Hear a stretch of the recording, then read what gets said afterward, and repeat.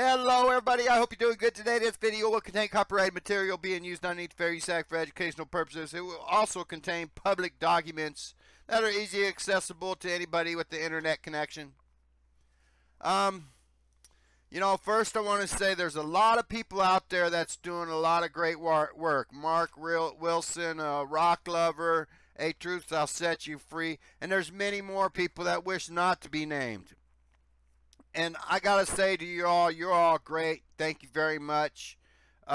Let's keep after it. We're showing them it doesn't take GoFundMe accounts to get the truth out. A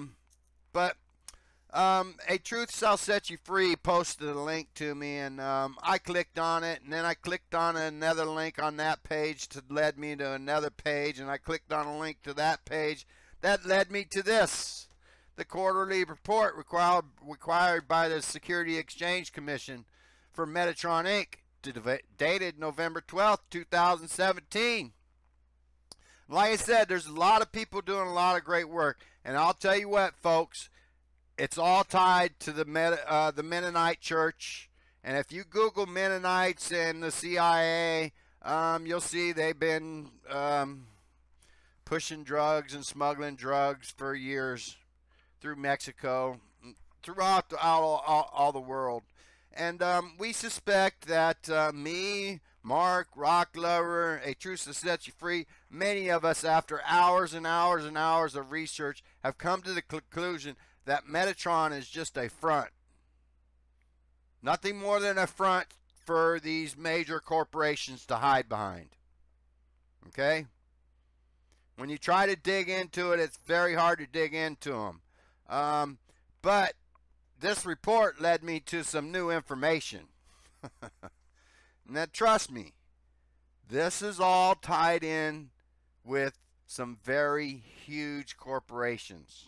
You all see my videos before on the Landry Corporation tied into FEOHP LLC that Patricia claims to own. But the address comes to Landry's headquarters. And then, you got FE Corp. And they're tied to the Mennonite Church. Now, is this a real church? No. I doubt it. But it was bought and listed as a church for financial purposes. And what are they doing at this church? Well, I'm not going to start blaming people, but if you Google Mennonite and drugs, you'll see there's a lot of CIA connections. And it's no secret who smuggles the drugs into our country. It comes on military transports, military jets. In fact, it's spread all over the world that way. Our boys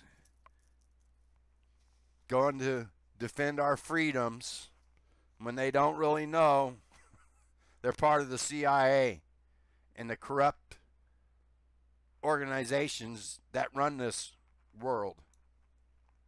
So, first I want to show you my tie, how I tied FE Corp to the Mennonite Church. I went to White Pages. You type in the address. I screwed up there. Let me put in the address. Street. Blah, blah, blah. North Liberty, Indiana. And you do a reverse address search. And the reverse address search comes up to Heather. And we know Heather and Tom England own the building. And their current residence is a Liberty Mennonite Church. This is updated info, folks. This ain't old info. Now understand, Mennonites, they don't all dress traditional. Like most people nowadays, they've modernized and they dress like everybody else so they can blend in. Especially after they've been exposed as almost like a shady mob. Doing their drug dealing and stuff like that, and spreading the drugs around the world. And a lot of it comes from Mexico, South America, and you all know them places. Afghanistan for the heroin, all of our drugs, like I said, comes on military transport. And if you Google Liberty Mennonites or Mennonites and drugs, you'll see their, like I said, you'll see their CIA operations. Yeah, that's how I found a Mennonite tie originally. Now let's go back. Let me go to this page here. This is IFers. I know you people go, oh, this is eBay, but there's a lot of good information on here. And there's one person, Mark Wilson. I gotta say, hey man, great work. Keep up the work. I'll include the link down below, but there's a lot of good information here about the tool company, Shamrock Holdings. It's all here, and I suggest you all check it out. And we need more people researching this. We need to keep digging in, because as I show you, some more names are going to pop up. All right, so I'll include the link to this thread on IFers. And Mark Wilson, great work. Rock Lover, you're doing great work. There's a lot of other people behind the scenes that don't want to be named, that are sending emails to me, MGTV, a truth shall set you free, and it's just information overload, basically. And I got to toss in some more information on that. All right, so this is their security exchange report they have to file every year. One thing I noticed, you're going to love this. It goes to quarterly report, explains it all, who no dealer or salesman or other person has been authorized to give any information except for Joe Rill. But read this last paragraph. Delivery of this information does not imply that the information contained herein is correct. So, this report is unreliable. The numbers can be fudged. In fact, he just told you it don't have to be correct. So, what I found odd was this. The exact name of the issuer is Metatron, Inc., herein referred to as MRNJ, that's on the stock exchange or stock, effective April 24, 2009. The names and history of this issuer's predecessors. It used to be Metatron, used to be XRG Inc. from January 16, 2002 to April 24, 2009. And before 2002, I think I've heard of this company before, USA Polymers Inc. So it changed from US Polymer Inc. to XRG to Metatron. All the same thing. We were incorporated on November 17, 2000. So Metatron and all this existed, much longer than we all suspected.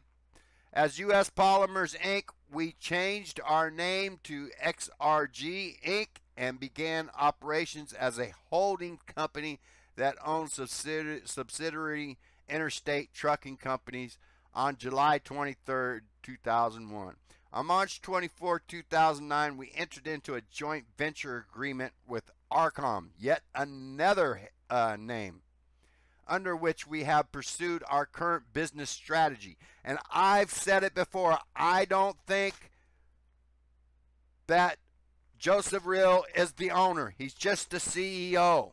He's just a front man. He's just a facade, so that all these major corporations involved in drug dealing, basically, are hidden. We can't let mom with the little 10-year-old know that Disney is into drug dealing, or that Laundries is into drug dealing. But, I'm not saying they are, but, wow, a lot of strange shit going on here. And I had stumbled across another corporation name. Shares of authorized to support 3 securities outstanding common stock. There was another corporation I seen involved in here. Pacific Stock, Beth Liquor Transfer. There was something else. Events issued. Oh, here we are. On March 29, 2009, we entered into an agreement with Belmont Partners, LLC, by which Belmont acquired 53% of our common stock. So there you have it, folks. We got a lot more digging to do. We've come a long ways. You can see there's a lot of questionable stuff going on with FE Core, this Mennonite church address. Oh, let me go back to this that tool company. I don't know if I showed you this, but look at this tool company. Their main address. This is the building of the unique tool company's main address. It's an abandoned building. You can see it right here. It's abandoned. In fact, probably doesn't even exist now. Who knows when this picture was took? I wonder if they tore it down. I know if I lived in that house across the street, I'd be tired of looking at this shit. But yeah, that's Unique Tool Company's headquarters there, or buildings, one of their many buildings that they have listed. But there's a lot of great information by a lot of great people, and we need to keep it up. Until next time, everybody, have a great day.